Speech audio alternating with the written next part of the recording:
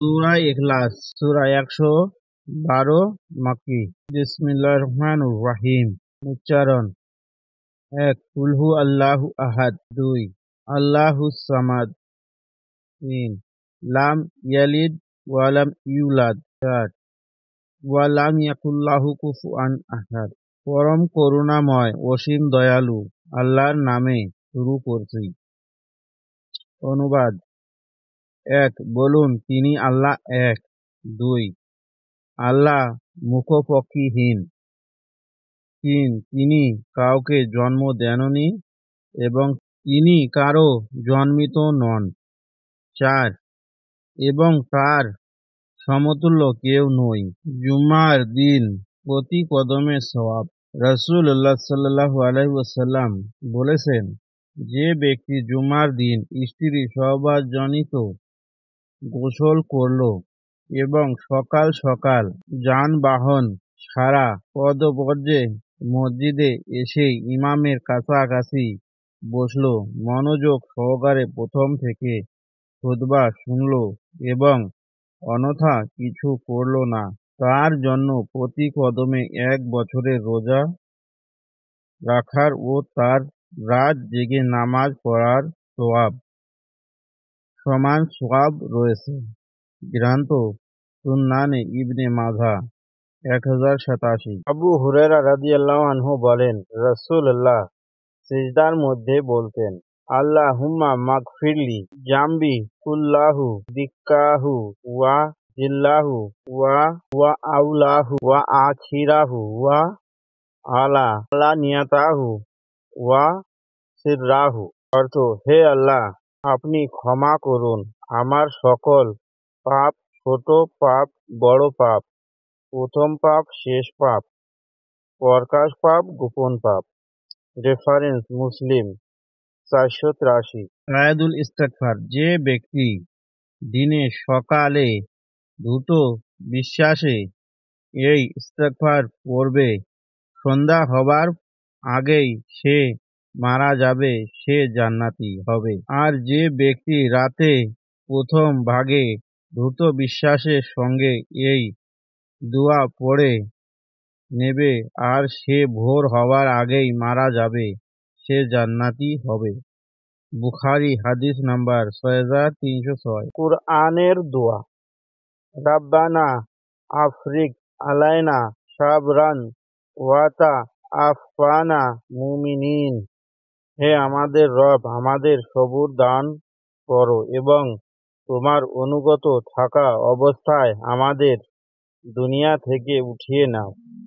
আল আরাফ আয়াত ১২৬। আবু হুরায়রা রাদিয়াল্লাহু আনহু হইতে বর্ণিত, তিনি নবী সাল্লাল্লাহু আলাইহি ওয়াসাল্লাম হইতে বর্ণনা করেন, তিনি সাল্লাল্লাহু আলাইহি ওয়াসাল্লাম বলেছেন, তোমাদের কেউ যখন কোনো মজলিসে পৌঁছে সে যেন সালাম করে, এতে পর যদি বসার প্রয়োজন হয় তবে বসে পড়বে, এতে পর যখন প্রস্থানের উদ্দেশ্যে দাঁড়াবে সালাম দিবে, কেননা প্রথমবারের সালাম দ্বিতীয়বারের সালামের চেয়ে উত্তম নয়, অথচ উভয় সালামেই মর্যাদার দিক দিয়েই সমান।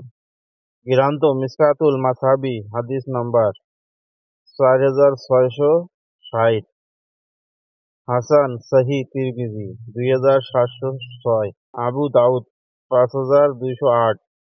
সিলসিলাতুল সহিহা ১৮৩।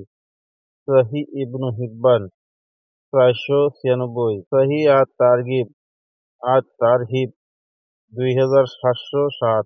আহমদ ৯৬৬৪। নাসাই কোবরা ১০১৭৩। সর্বোত্তম নারীর পরিচয়। আবু হুরায়রা রাদিয়াল্লাহু আনহু হইতে বর্ণিত, তিনি বলেন, রাসূলুল্লাহ সাল্লাল্লাহু আলাইহি ওয়াসাল্লামকে জিজ্ঞেস করা হলো যে, কোন রমণী সর্বোত্তম?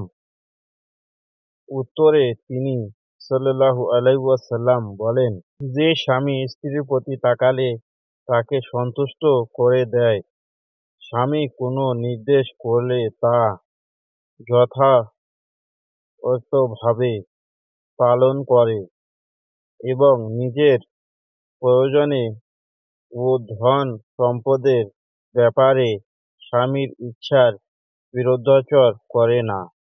চূড়ান্ত মিসকাতুল মাযহাবি হাদিস নাম্বার 3272, হাসান নাসাই 3231, আহমদ 7421, ইরওয়া 1783, সহিহা 8338, সহিহ আল জামি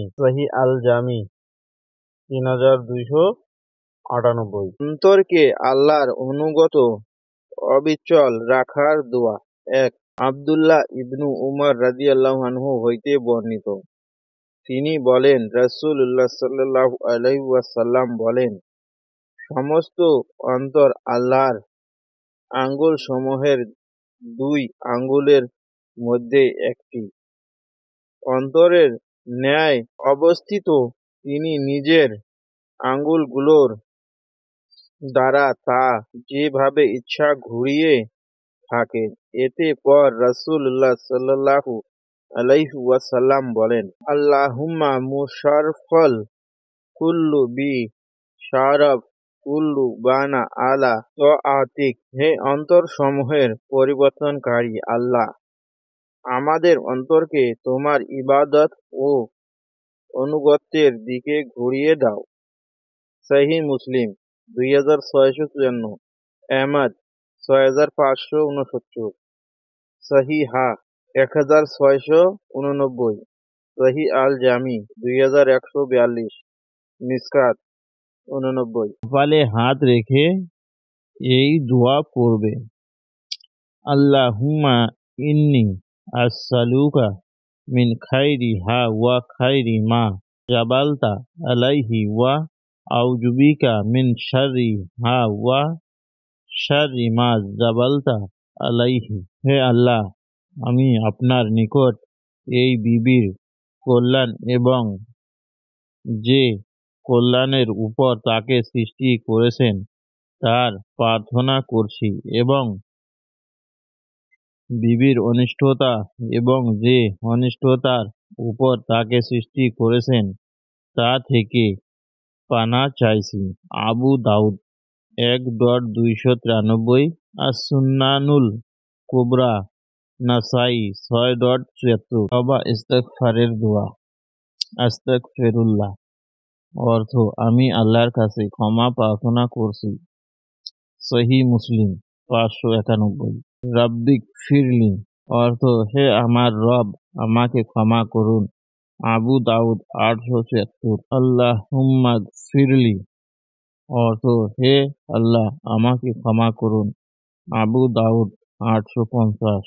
আস্তাগফিরুল্লাহ ওয়া আতুবু ইলাইহি, আমি আল্লাহর কাছে ক্ষমা প্রার্থনা করছি এবং তার নিকট তওবা করছি। সহিহ বুখারী 6307। রাসূলুল্লাহ সাল্লাল্লাহু আলাইহি ওয়াসাল্লাম বলেন, জুম্মার দিনে আমার উপর বেশি বেশি দরুদ পাঠ করো, কেননা তোমাদের পাঠ করা দরুদ আমার কাছে পেশ করা হয়। রিয়াদুস সালিহিন 1165।